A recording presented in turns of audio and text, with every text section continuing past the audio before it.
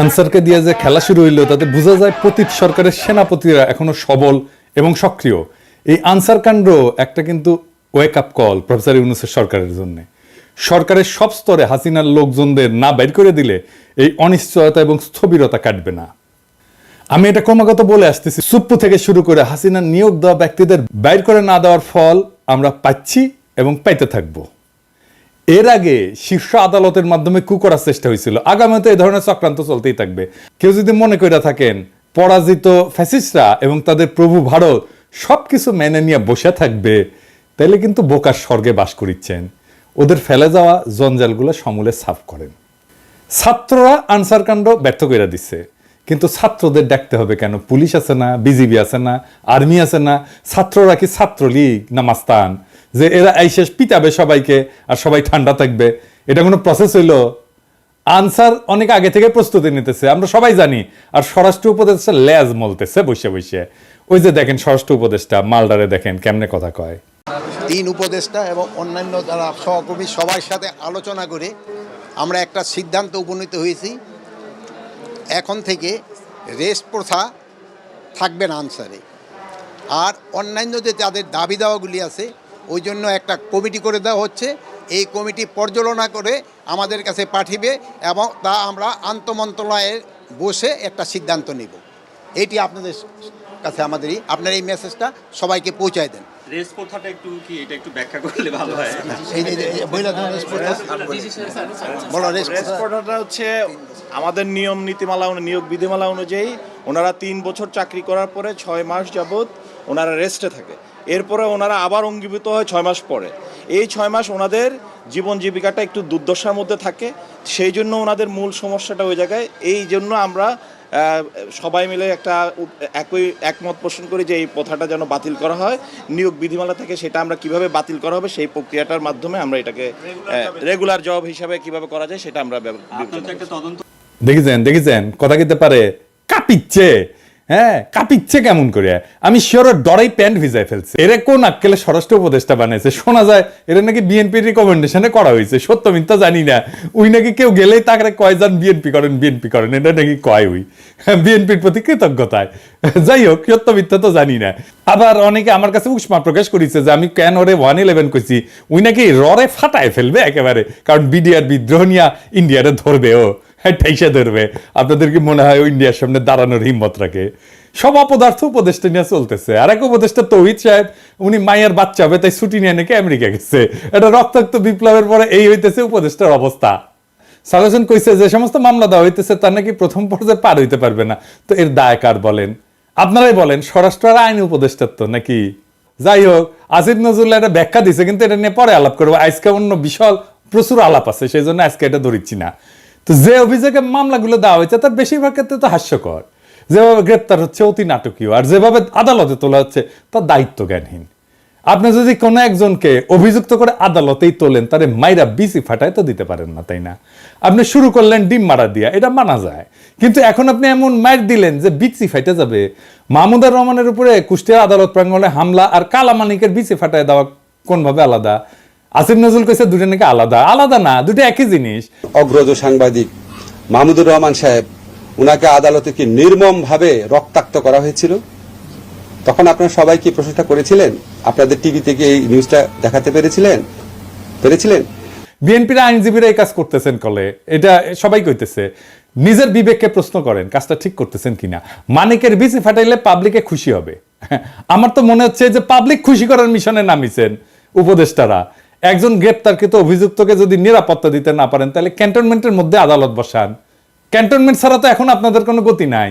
কিছু হইলে ক্যান্টনমেন্ট, কিছু হইলে আর্মি, তো যান ক্যান্টনমেন্টের মধ্যে যে আদালত বসান, ওইখানে নিরাপত্তা দিতে পারবেন। তো মানিকের উপরে হামলার জবাব কিন্তু প্রফেসর ইউনূসকেই দিতে হবে। আজ হোক কাল হোক, এক সময় দিতে হবে। বিএনপির আইনজীবীদের কেউ এই প্রশ্ন করবে না। প্রফেসর ইউনূসকে এমন একটা বিব্রতকর প্রশ্নের মুখে ঠেলে দেওয়া কার স্বার্থে, কার উপকার করবে? মনে রাখেন, উনি যে আছেন এই জন্য ওয়েস্টকে আমাদের ব্যাপারে হোস্টাইল করতে পারতেছেন ইন্ডিয়া। উনারা আজাইরা বিব্রতকর পরিস্থিতিতে ফেলেন না, উনারা বিব্রতকর পরিস্থিতিতে ফেলবে ইন্ডিয়ান লেসপেন্সারেরা। আপনি যদি ইন্ডিয়ান লেসপেন্সারদের জন্য দেওয়া প্রভুপাদ উপাধি পাইতে চান, সেটা অবশ্য আলাদা কথা। তো প্রফেসর ইউনূসের ডিপেন্ড করলাম, এবার ওনারা এটা ধরি না, কি কন আর ধরি। স্যার আপনি যে জাউরার লগে দেখা করছেন, এই যে ইন্ডিয়ান হাই কমিশনার, আমি খুব মাইন্ড করেছি। আপনার কেউ নিশ্চয়ই বলে যে পিনাকি হুদাই মুখ খারাপ করে।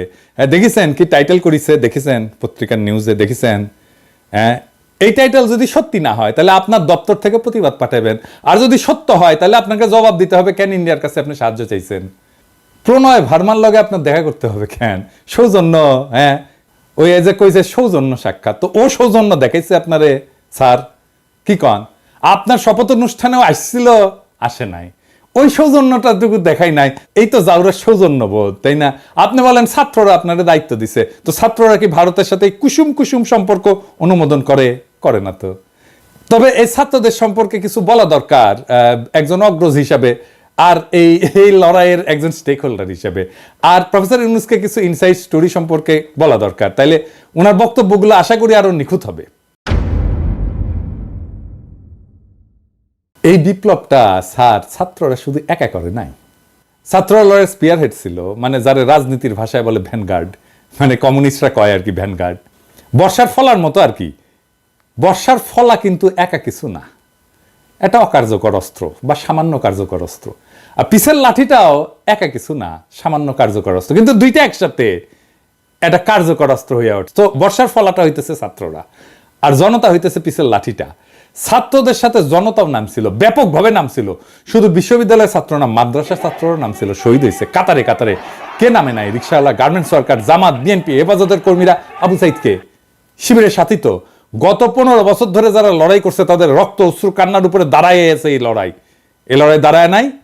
এই লড়াইকে আকাশ থেকে পড়ছে? হঠাৎ করে বিজয় আসছে? আবু সাইদ যে বুক চিতায় দাঁড়াইছে, এই দাঁড়ানোটা প্রথম কে দাঁড়াইছে বাংলাদেশে? দেখেন তো এই ছবিটা, গার্ডিয়ানে ছাপা হয়েছিল, বিএনপি কর্মী। তারা এইভাবে অসংখ্যবার দাঁড়াইছে। মুক্তিযুদ্ধে যেভাবে আওয়ামী লীগ কুক্ষিগত করেছিল, জনতার বিজয়কে আওয়ামী বিজয় রিডিউস করছিল, সে একই কাজ কইরেন না। আওয়ামী ন্যারেটিভের পরাজয় তো দেখলেন, এবার আপনাদের এই ন্যারেটিভও কিন্তু পরাজিত হবে যদি এটারে ছাত্রদের লড়াই হিসাবে শুধুমাত্র প্রতীয়মান করেন। 5 তারিখে আর্মি গুলি চালায় নাই, চালাইতে পারত। চালাইলে কি হইতো? প্ল্যান কি ছিল? প্রফেসর ইউনূসকে জিজ্ঞেস করেন। আমি ওনারে একটা কাজ করতে রিকোয়েস্ট করছিলাম, স্যার তো জানেন আপনি, যাতে আর্মির গুলি করা ঠেকানো যায়। উনি কাজটা করছিলেন, আপনাকে ধন্যবাদ। ওনার কাজটা সূত্র ধইরা আমার একজন বড় ভাই যিনি জাতিসংঘে কাজ করতেন, তিনি জাতিসংঘে কিছু গুরুত্বপূর্ণ ভূমিকা রাখছিলেন। জাতিসংঘের মহাসচিবের ক্ষেত্রে একটা ক্রুশিয়াল ভূমিকা ছিল। আমি প্রফেসর ইউনূসকে জানাইছিলাম যে এত কিছুর পরেও যদি আর্মি গুলি করে তাহলে প্ল্যান বি কি? আর্মির সাবেক জেনারেলরা আর্মি কনভয়ের সামনে দাঁড়াইতো। কারা কারা দাঁড়াইতো আমি আজকে নাম কইলাম না। হাসিনা যদি টিকা যাইতো তাহলে প্ল্যান সি ছিল। লড়াই এমন জায়গায় পৌঁছাইছিল যে আমরা সশস্ত্র লড়াই করলেও জিতে আসতে পারতাম, আর আমরা সেটা করতামও, আন্তর্জাতিক শক্তির সাহায্য নিয়ে করতাম, আগাইছিলামও, আর বেশি না কই। এইবার আমি একটা খুব খারাপ একটা সেন্সিটিভ প্রশ্ন করি, স্যার আপনারাও করি, ছাত্রদেরকেও করি, কিছু মনে কইরেন না প্রফেসর ইউনূস এবং ছাত্ররা। এই যে কয়েকশো পুলিশ মারা গেল, মাইরা যে টাঙ্গায় রাখা হলো, কে করছে? ছাত্ররা। আপনারা এটার ওনারশিপ নেবেন? নেবেন না তো। থানা আক্রমণ হইল একের পর এক, এমন কোন থানা নাই বাদ গেছে। পুলিশ যে আতঙ্কে পলাইলো, কে মাইরা টাঙ্গায় রাখছিল? কে? ছাত্র ভাই আপনারা রাখছিলেন? হ্যাঁ, কে করলো এটা নিশ্চয়ই বুঝতে পারতেছেন। এই বিপ্লবী সহিংসতা কোনো র্যান্ডম ঘটনা না, আর এইগুলো ছাত্ররা করেও নাই। কিন্তু এই বিপ্লবী সহিংসতার একটা ডিসাইসিভ রোল ছিল।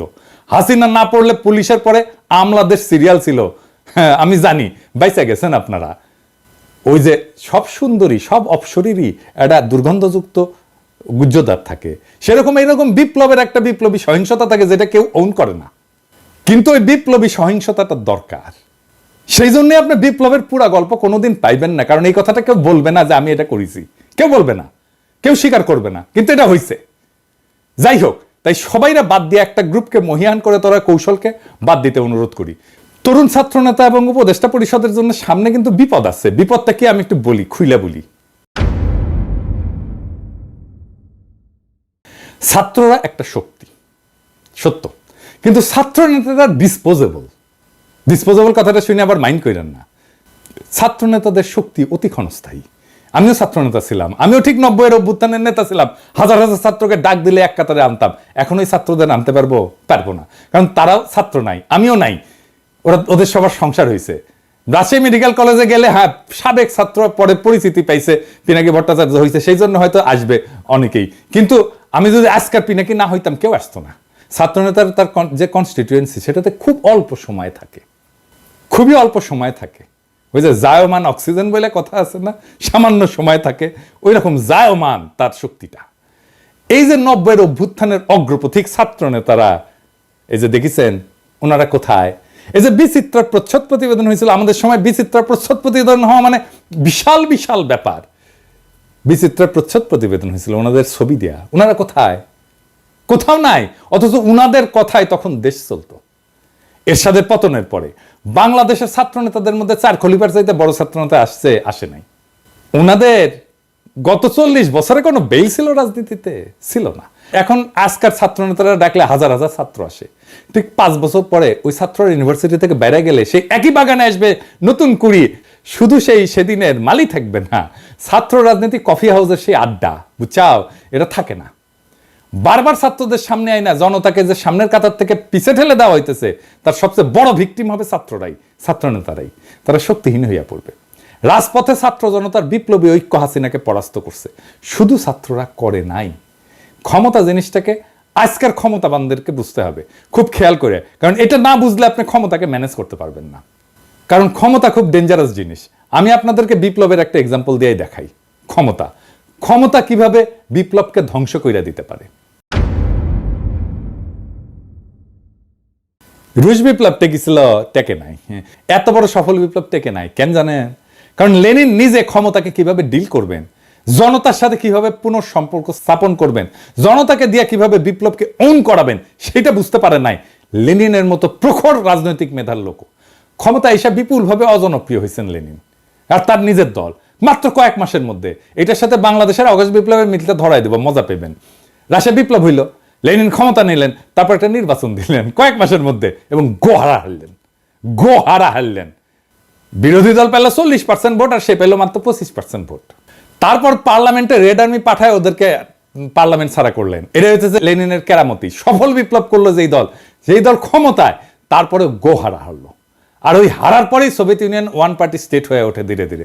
দীর্ঘমেয়াদে শুধু বিপ্লব না, একটা প্রসপারাস নেশনকে পিছায় দেওয়া হয় বহু বছর, আজকে পর্যন্ত মাথা তুলে দাঁড়াইতে পারেনি। আর একটা এক্সাম্পল দিই, শপথ নেওয়ার আগে মোস্ট প্রমিনেন্ট পপুলার ছাত্র নেতা কারা ছিল? আসিফ আর নাহিদ তো, তাই না? এখন মোস্ট প্রমিনেন্ট পপুলার ছাত্র নেতা কে? সার্জিস আর হাফনাজ আব্দুল্লাহ। কেন বুঝলেন তো? কারণ ওটা ক্ষমতার বাইরে। ক্ষমতা জনগণের সাথে নেতার দূরত্ব তৈরি করে সব সময়। ক্ষমতাবানকে জনগণ পছন্দ করে না, ক্ষমতা জনগণকে দূরে সরায় দেয়। লেনিনের মতো প্রখর রাজনৈতিক মেধা এই ক্ষমতাকে ম্যানেজ করতে পারে নাই। দুইটা দেশ পারছিল কিন্তু বিপ্লবের পরে ক্ষমতা আর জনতার মধ্যে মেলবন্ধন করতে, কিউবা আর ইরান। সেই জন্যই দুই দেশে এখনো বিপ্লব টিকে আছে। আর এই অরাজনৈতিক এনজিও দুর্বল বুইরাদের ক্যাবিনেট পারলে ভালো, কিন্তু প্রফেসর ইউনূস তো খমিনেও না লেনিনও না। এখনই প্রফেসর ইউনূসের সরকারকে অনেকে এনজিওগ্রাম সরকার বলে। ওই যে হার্টের এনজিওগ্রাম না, ওই এনজিও মানে নন গভর্নমেন্ট অর্গানাইজেশন, আর গ্রামীণের গ্রাম মিলে এনজিওগ্রাম সরকার। হ্যাঁ বুঝছেন স্যার, আপনার সরকারকে এনজিওগ্রাম সরকার বলে। বুড়াদের লাগে এনজিওগ্রাম। এটা নতুন তরুণ বাংলাদেশ করতে পারবে না। আপনার ক্যাবিনেটের 2জন তরুণ ছাত্রকে নিয়েছেন, আমি প্রথম দিন এটা অ্যাপ্রিসিয়েট করছি বলছি যে এটা ভালো কাজ হয়েছে। আপনি সবাই নেন তরুণ, সবাই সব উপদেষ্টারা তরুণ নেন, এই যে ছাত্রদের নেন, কোনো অসুবিধা নাই তো, আমরা সাপোর্ট করব। ওরা খুব ভালো পারবে চালাইতে। এর আগে ব্রিগেডিয়ার স্বাগত কইছিলেন না আওয়ামী লীগকে দল গুছাইতে, আজকে আসিফ নজরুল পিছে মুজিবের ছবি নিয়ে কইলেন আওয়ামী লীগ ঐতিহ্যবাহী দল, তার সংগঠন করার অধিকার আছে। ব্যক্তিগতভাবে আমি মনে করি কোনো রাজনৈতিক দলকে নিষিদ্ধ করার পক্ষে আমি না। আওয়ামী লীগ বাংলাদেশের স্বাধীনতা সংগ্রামে নেতৃত্ব প্রদানকারী দল। বিভিন্ন গণতান্ত্রিক সংগ্রামে এই দলটার অবদান ছিল। গত 15 বছর তারা যা করেছে সেটা তাদের ঐতিহ্যের সাথে যায় না। মানে বুঝছেন তো, এই এনজিওগ্রাম সরকারের কাম হইতেছে আওয়ামী লীগকে সাফসুতরা কইরা আবার মানুষের সামনে পরিবেশন করা। আসিফ নজরুলকে জিজ্ঞেস করেন, জার্মানিতে হিটলারের দল কি রাজনীতি করতে পারে? আওয়ামী লীগ কি ফ্যাসিস্ট দল না? আসিফ নজরুলকে জবাব দিতে হবে যে হ্যাঁ বা না বলতে হবে।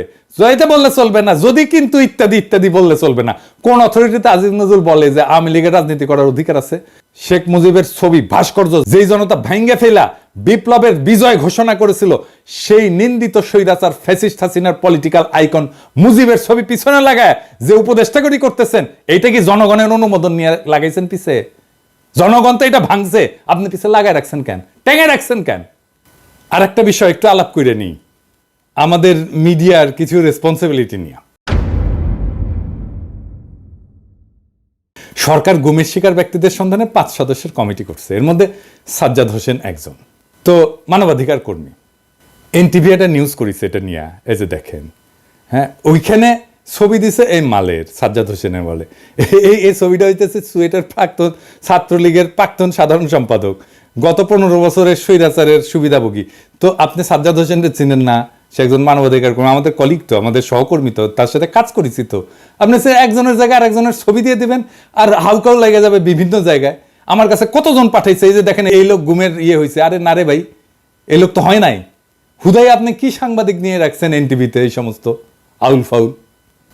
এডিটর সাহেব দেখান তো এনটিভির নিউজটা দেখান, আর ছবিটা দেখান, আর ওই দেখায় দেন যে ওটা কার সাথে মিল আছে, কার ছবি ব্যবহার করেছে দেখায় দেন। এই কাজ করিয়েন না। যাই হোক, আর এটা ইস্যু নিয়ে প্রফেসর ইউনূসের আমি নজর কামনা করছি। আসেন এটা আলাপ করি।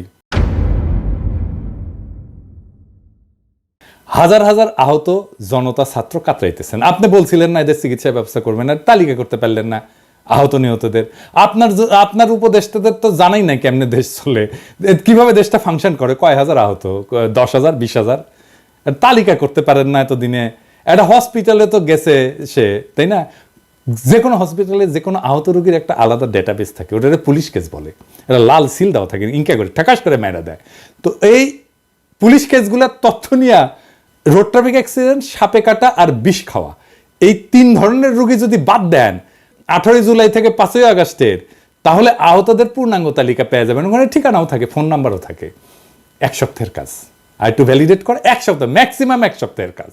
দেশ কেমনে চলে এটা জানেই না, এইগুলারে আপনি উপদেশটা বানাইছেন তো বানাইছেন, বানান ছাত্রদের বানাইতেন, সবগুলোই ছাত্র নিতেন, খুব ভালো কাজ করবে। আমি প্রথমে 2 জন ছাত্র বানাইছিলেন উপদেশটা, আমি কইছিলাম এটা ভালো কাজ করেছেন, আর সবগুলোরে নিতেন ছাত্র, কোনো সমস্যা ছিল না তো। যাই হোক, এই আলাপে শুধু ছাত্র না, ছাত্র জনতার এই বিপ্লবের অংশগ্রহণ নিয়ে কথা বলছি। তো আমি শহীদদের নিয়ে এপিসোডে মাঝে মাঝে শেষ করতাম।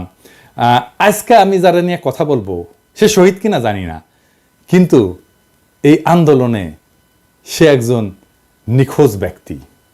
আসেন তারে নিয়ে একটু কথা বলি।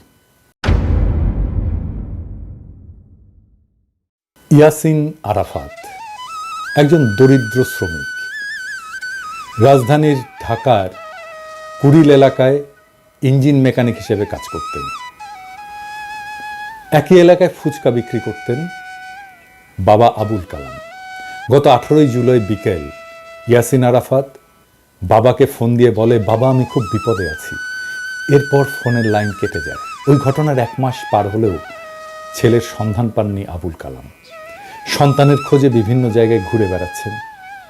অন্যদিকে নিখোঁজ থাকার পর অনেকে ফিরতে শুরু করেছেন পরিবারের কাছে, কিন্তু ইয়াসিন আরাফাত ফেরেনি।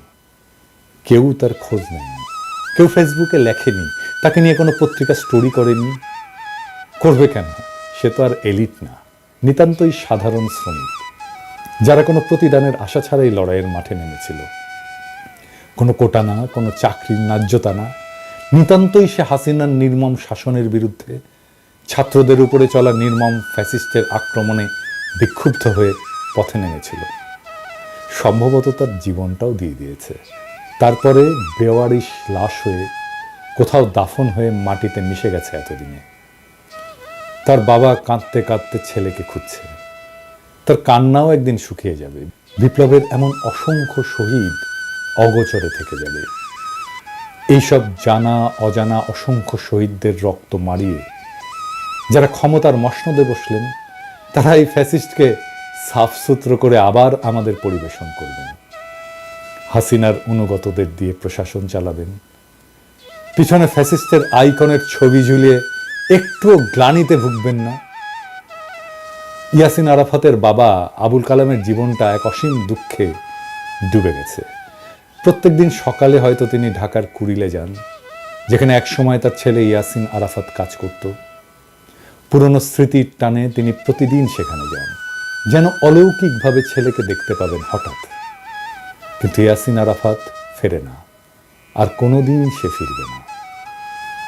আবুল কালামের চোখের পানির কোনো শেষ নেই। সেই জন্যই তিনি কাঁদেন, অবিরাম কাঁদেন। তিনি জানেন যে তার কান্না কখনোই শেষ হবে না। প্রত্যেকটা দিন তাকে মনে করিয়ে দেয় তার ছেলে আর নেই, কিন্তু তবুও তিনি আশা ছাড়েন না। ছেলের খবর পাওয়ার আশায় দিন রাত কাটান। এদিকে ক্ষমতার খেলার মঞ্চে এই সাধারণ শ্রমিকের আত্মত্যাগ কোথাও স্থান পায় না। অন্যদের মতো ইয়াসিনেরও কোনো স্বীকৃতি নেই। তার জীবনটা যেন একটা নিষ্ফল স্বপ্নের মতো। তার বাবা আবুল কালাম নিজের চোখের জল দিয়ে সেই স্বপ্নকে কবর দিয়ে যাচ্ছেন প্রত্যেক দিন। কিন্তু এই নিঃশব্দ কান্নার মধ্যেও আরেকটি আগামী বিপ্লবের বীজ রোপিত হয়েছে। ইয়াসিন আরাফাতের রক্তের ফোঁটাগুলো সেই বীজের জন্যে জল হয়ে থাকবে। হয়তো একদিন, অনেক অনেক দিন পর, এই রক্তের রঙে রঙিন হয়ে, এই রক্তের রঙে রঙিন হবে নতুন একটা ভোর। ইয়াসিনের মতো অজানা শহীদদের রক্তেই ফুটে উঠবে সেই ভোর, যা সত্যিকার স্বাধীনতার আলোকে আলোকিত। ততদিন পর্যন্ত আবুল কালামের চোখে থাকা আশা হয়তো ম্লান হবে না, কারণ তার ছেলের আত্মত্যাগ সেই দিনের বিপ্লবীরা ঠিকই স্মরণ করবে, যে বিপ্লব এক এলিটের হাত থেকে আর এক এলিটের হাতে ক্ষমতা হস্তান্তর করবে না। এভাবেই অগণিত শহীদের আত্মত্যাগ একদিন ইতিহাসের পাতা জুড়ে লেখা হবে। আর তখনই হয়তো আবুল কালামের চোখের জল একটু থামবে এবং তিনি জানবেন যে তার ছেলে কোনো অচেনা ইতিহাসে হারিয়ে যায়নি, বরং সেই ইতিহাসের অংশ হয়ে বেঁচে আছে। ইনকিলাব জিন্দাবাদ।